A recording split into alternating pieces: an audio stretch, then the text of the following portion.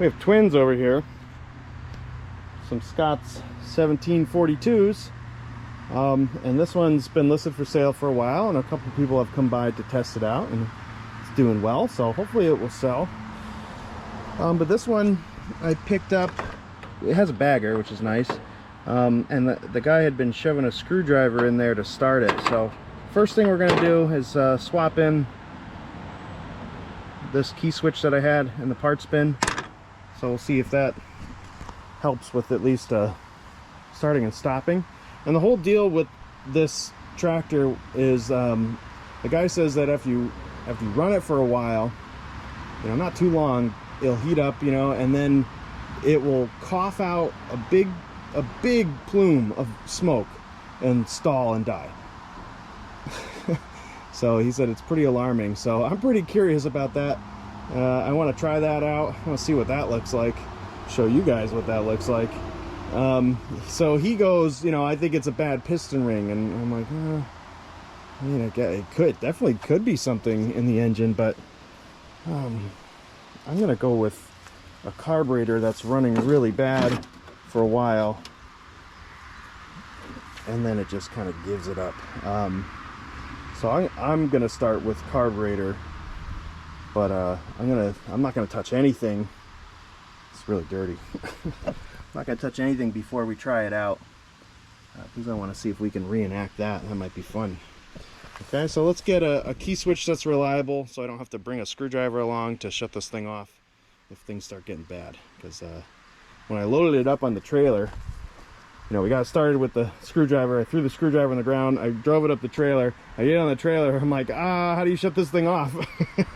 And I just choked it out. And he was like, oh yeah, you need the screwdriver. But I choked it out for 30 seconds and it stalled. But so it does run, does drive. I didn't test the mowing, but you know, it's really in great shape. It looks very much in the same condition as this one. This thing will polish up great, and it has a bagger. So let's just hope that the engine isn't shot, or, you know, I mean, that's not so bad. We could do a piston ring if we have to. So let's get into it. Let's see what happens here. I have a key switch in that doesn't need a screwdriver. Took the 2017 battery out. We got the jumper pack on there. And I just checked the oil, and I think here's another big culprit for us. That's a cleaned off dipstick too. That oil is like, put this down. Well, of course I put it in water. It's like up to there instead of being there. So, and it smells like gasoline. So just clean that off a minute. Not that it matters, because I'm just going to change that out anyway. So if it's puffing out a bunch of smoke, that crankcase is filled with gasoline.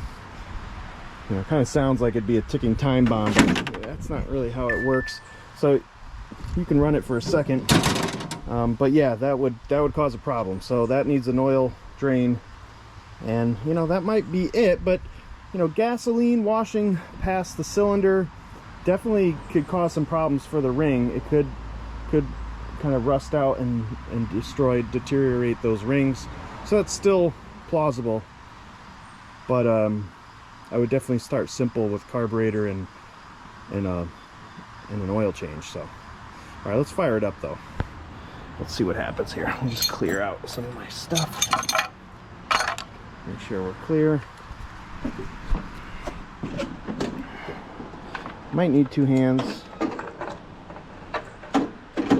See, there's so much compression in the engine. Yeah, we're hydro locked. So let me get that solved and get back to you. All right, here's the spark plug that came out of there. It was really seized in there too. Looks pretty much brand new though. It looks wet. It smells like gas. So I bet a bunch of gasoline is gonna come out of here, the spark plug hole, once I crank the engine over. So that should be fun to see. Let's see how much comes out. Here we go.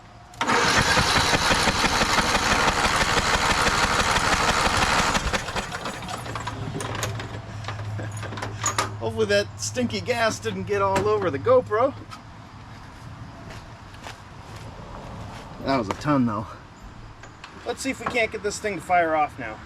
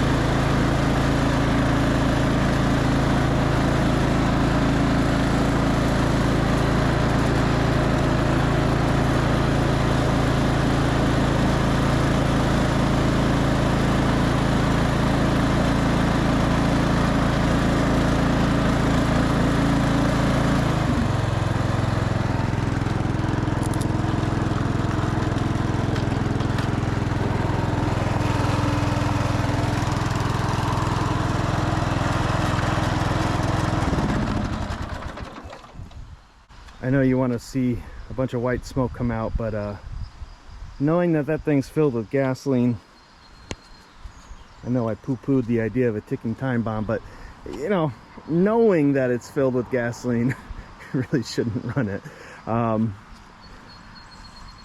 And I'm convinced there's not really a big problem here. It wouldn't run that good with a bad ring, so it runs great. Everything moves. I should have engaged the blades, but maybe I'll start it up again just to try that out. But I don't even think it needs a carb clean. It needs an oil change. It needed a more reliable key switch. Not even that the old one wasn't workable, but it needed a more reliable key switch. And I think it needs an oil change. And this is really classic for gravity fed fuel systems. And he's even got a fuel shutoff on it. Really, well, I guess I could do a carb clean just to make sure that the needle and the seat are good, but with a gravity fuel system, you should always have a fuel shutoff and shut off the fuel anytime you're not using it. Not just for winter or whatever. You should shut it off all the time, because this is such a common problem. This tractor is perfectly fine, so it seems, you know, it's perfectly fine. It just had fuel dripping past the needle in the seat, going into the top end of the engine, and then filling the crankcase over time with gasoline, and made it unusable, made it hydro-locked with gasoline, as you saw, and probably makes it smoke like crazy once it heats up. So the very common problem, easy to solve with a habit of shutting off the fuel. So all right, let's get the Big Bear out of there and bring this thing in, change the oil, and run it a bit and see how it does. I got the engine cover off this. As you can see, it's been a little while since my last time out with the camera here, but I've been adjusting the valves, and I think I finally got it. Seems to run good now.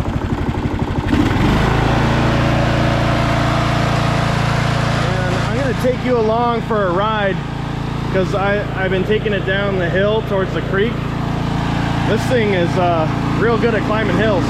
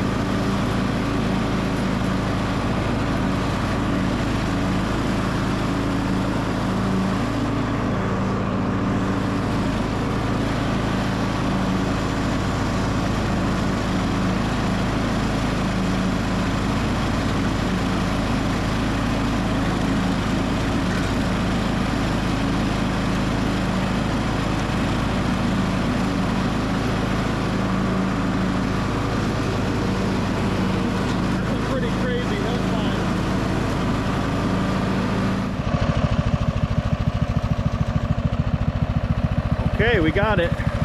Try to give you a perspective of this hill. I mean, this is really not a residential type hill. Let's see. Okay, I'm getting an idea of it. Never as steep as they appear, but that is significant.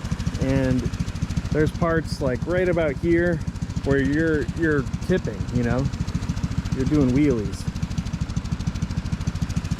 I had weed whacked most of this the other day, but I just went over pretty much 90% of it with this mower, and that was one of the best machines that have handled this hill. I got no battery in this thing. We're just I just jump started it, put some gas in it. Well, we had an oil change and a new oil filter, so I felt pretty confident about running it. But yeah, no problems with puffs of white smoke or anything like that. Piston ring is not bad. Nothing wrong with the engine. It runs like a champ. And this is one of those 5 speeds, and it's quite nice on the hill. Like I said, you know, you can just lock it in a gear and it goes. I had to adjust the valves a couple different times. Yeah, I don't know what was up with that, but I'm no longer worried about the valve adjustment. This thing handled full load to the max, and it's sitting there idling like a pro, so that engine is tuned well.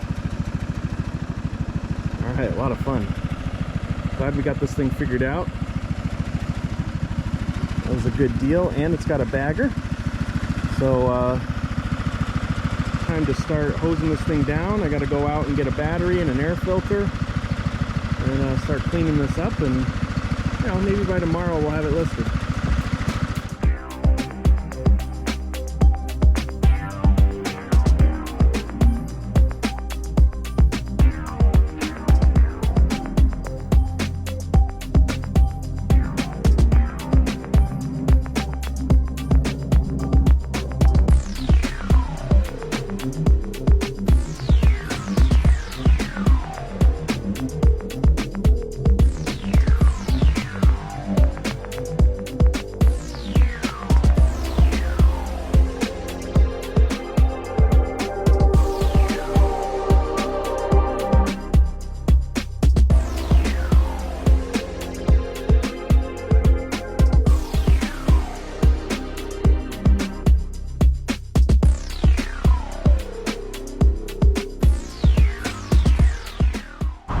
This thing was dirty.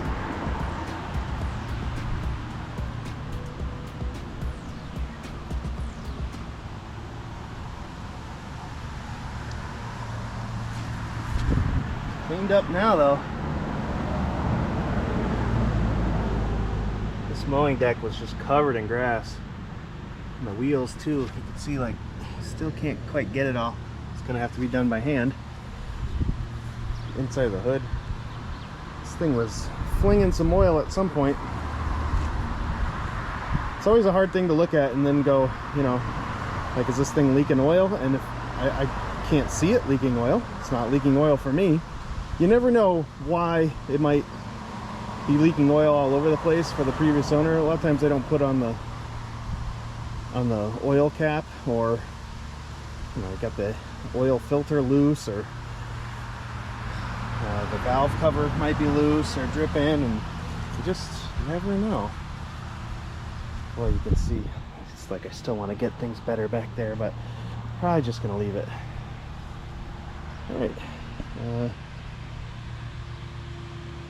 assemble the hood here. What else do I need to do? I gotta go to the store. I gotta get a filter and a battery, and then put the, maybe I'll do a little repair on the seat, and obviously I got to shine this up and polish it, but I'll probably save that tomorrow. I gotta put the bagger on it, so maybe I'll do that too.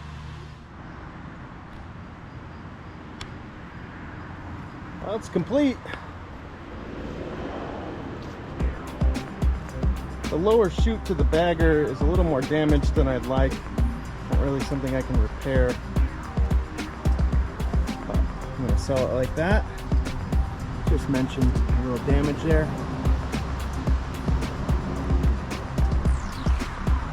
Just came back from the store and got an air filter and a fuel filter and a battery.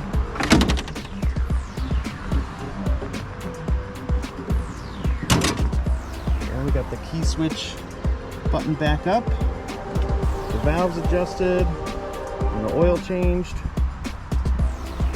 new oil filter.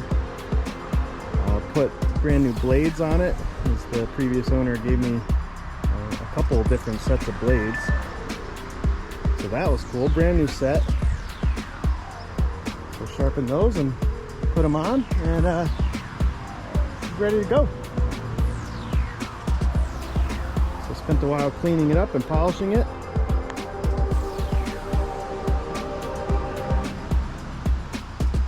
Get a good look over.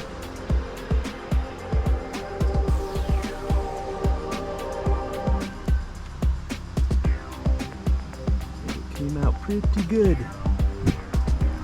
Went with black Gorilla Tape You know, I have silver Gorilla Tape, but it doesn't match the silver of the seat, and it just ends up looking like a cheap duct tape repair. So I find that it's just go with that. I don't know. All right, let me take some photos of this for Facebook, and we'll get it on Marketplace.